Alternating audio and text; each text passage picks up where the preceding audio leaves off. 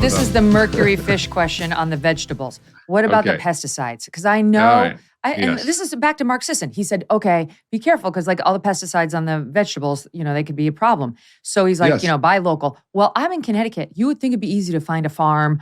I went all over. I looked high and low for like an actual farm that I could buy, unpesticided vegetables from. I couldn't find one. So finally, like in the nicer months, you can go to the farmer's market. Let's be honest. I've been going to Whole Foods. You have to pay an arm and a leg, and you get the stuff that they say is organic, but it's not from the farm. And I'm telling you, getting the stuff from the farm is a lot harder than they make it out to be. So what about the pesticides? There's actually some great resource online for community supported agriculture and ways to sort of get inexpensive organic vegetables. There's great companies that are now offering kind of ugly vegetables that people throw out because the farmers throw out because people want perfectly shaped vegetables, but that are organic and are cheaper. So there's ways to do it. But the truth is that yes, the way we grow our food is terrible and it's destroying us, the planet, the soil, biodiversity. There are guides to eating foods with less pesticides or no pesticides. So I'm on the board of the Environmental Working Group, and they have a guide called The Dirty Dozen and the Clean 15. The Dirty Dozen are the 12 most contaminated fruits and vegetables that you should never consume unless they're organic. The Clean 15 are things like, if I eat avocados or bananas or whatever, not so bad. So I don't have to buy organic of those, but I can buy organic strawberries if I want to eat strawberries, because those are the worst, for example. Yes, so, I've heard that. It's just about making sure you either don't eat the ones that are the most contaminated, or if you can, buy organic and focus on the ones that are the least contaminated. Okay. I would like it noted for the record that I did provide the children with strawberries. Everybody also had that this morning, just for the record. Just so we know. Good. Can we spend a minute on breakfast though? Because I find incorporating protein into lunch and dinner, because I know you, as we discussed, you're pro-protein. That's very easy. Breakfast, it's not as easy. You've got the eggs, yes. You've got potentially the yogurt.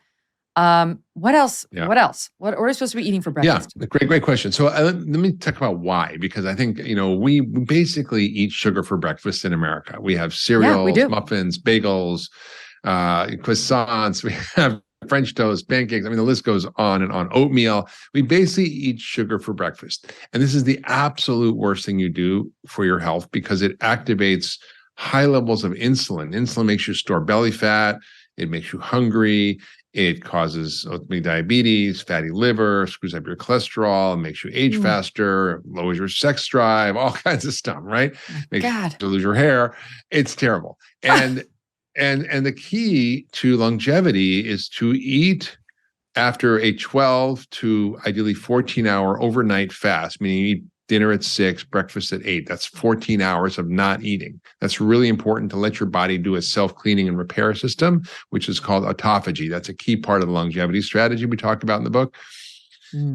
Then when you're in that fasted state in the morning, you want to have a good load of protein. And the reason is you want to activate muscle synthesis, because having the right protein in the morning is the best way to actually trigger your body to make more muscle and to improve your metabolism. So what should you eat? Well, like you said, you can have eggs, an omelet. You can have, so for example, maybe Greek yogurt, which is maybe higher in protein. You can add nuts in there. You can add seeds in there. There's ways you can even mix in a little protein powder in some of that. I like to have a shake. Your kids would probably love this for breakfast, like almost like a milkshake, but it's made with the whey protein. So you can get, I like to use goat whey because it's less inflammatory, and you can get regeneratively raised goat whey. You can buy a big container of it, and it lasts a long time. And that you can mix in berries, you can mix in nut butters, you can mix in other things to enhance it as well. And that actually is a great way to, and put in some like a nut milk, like cashew milk or macadamia milk or almond milk, but unsweetened, not oat milk, because oat milk's very sugary. Macadamia is probably the lowest. And then you can just have that for a great shake. That's what I do. It's called my Healthy Aging Shake. I have it in the book, the recipe. I add a few extra things in there, but it's a great way to start the day and breakfast. Sometimes, like in other countries, they have fish for breakfast, like lox, right? Herring, right. Like on the Upper West Side, we had that. Kippers, so I you can have that for breakfast, that's fine too. Him was like, I'll have for breakfast like a can of kippers with tomatoes and avocado and some, just some lemon juice on it, and it's delicious. Okay. All right. Okay. So that we like protein, we like vegetables, we are pro fruit too. I mean, fruit sometimes gets a bad name, right, because of the sugar. But are you pro fruit? I'm definitely pro fruit. I think it should not be like the staple of your diet, because if you look at America, like I said, 93% of us are in some range of pre-diabetes to diabetes or poor metabolic health, and that is made worse by sugar. So if you have it on an empty stomach, not great. So having it with food, like if you're having yogurt and you want to put nuts in there and you want to add some fruit, great. If you want to have a smoothie with whey protein, maybe a little avocado in there, and you throw in and some nuts for fat, and then you put in some fruit, no problem. I think you want to enjoy fruit, have low glycemic fruit like berries, but if you're having a ton of grapes or a ton of pineapple, or that can actually be pretty sugary. So now we actually have the ability to do glucose monitoring. We can take a little device, put it on our arm, and we can measure what happens. So everybody's different. Like some people eat pineapple and they're fine. Other people eat pineapple and their sugar will go through the roof. So it's about identifying what works for you and what doesn't work for you. So Dr. Peter Attia was big on this glucose monitoring thing, but I remain unclear on how regular Gen Pop people can get this. Like, do we need a you? Yeah. Do we need a Dr. Attia? No. We get this at the CVS. No, you can get it. There's actually a company I'm a advisor for called Levels Health, and you can go to, I think, Levels. Just Google Levels Health, and you'll find the link, and you can sign up and get the device delivered to you. It's a little device you apply. It's very easy to apply. It hooks up to your phone, and you can follow your app, and you can track your sugars, and you can see what's happening. And it's fascinating. I actually learned a lot. I mean, I eat pretty healthy, but sometimes I overeat. Like I was at a friend's house and in the summer, and they ordered this incredible spread from this, organic, like restaurant, farm to table, and like this huge lamb and tons of veggies. And they had some, sweet potatoes, lots of stuff. And I ate way too much food. And both of us had the monitor on. We literally just put it on. Our sugars went like to 150. We're like, what is going on? So it's not just the kind of food, it's the amount of food. So if you overeat, it also can cause a problem. So. Yes, remember that piece of the principle: eat food, not too much. Not too much. You really have to rein it in. Yeah. We don't need nearly as much as we tend to eat. All right, so exercise. This is the sad part of the MK story. You need to exercise. You need weight resistance, you said, right? So to build up your muscle. But what's the bare minimum we need to be doing? We have to do it. We must do it starting today, this week. No longer postponing. What do we have to do? It doesn't have to be that much, turns out.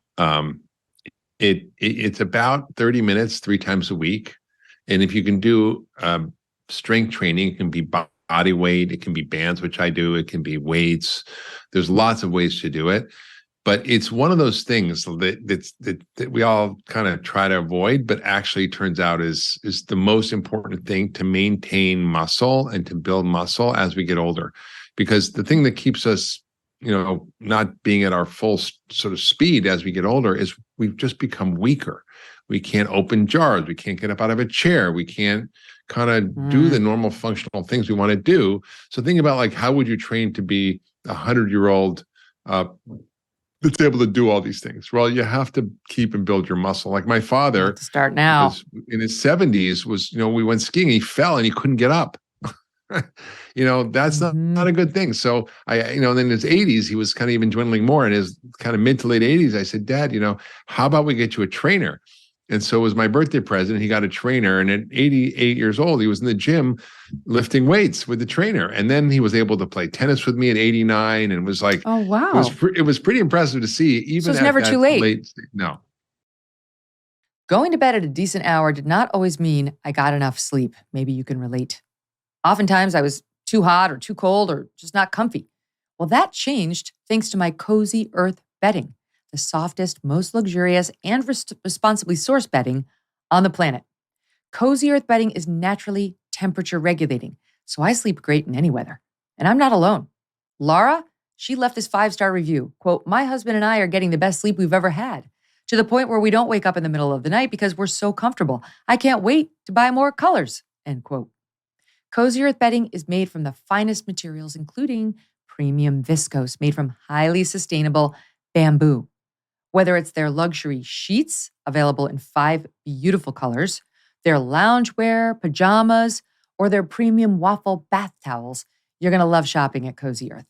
Hurry, save 35% right now on Cozy Earth. Go to CozyEarth.com, enter my promo code Megyn, Megyn, and save 35% off your order. CozyEarth.com, promo code MEGYN.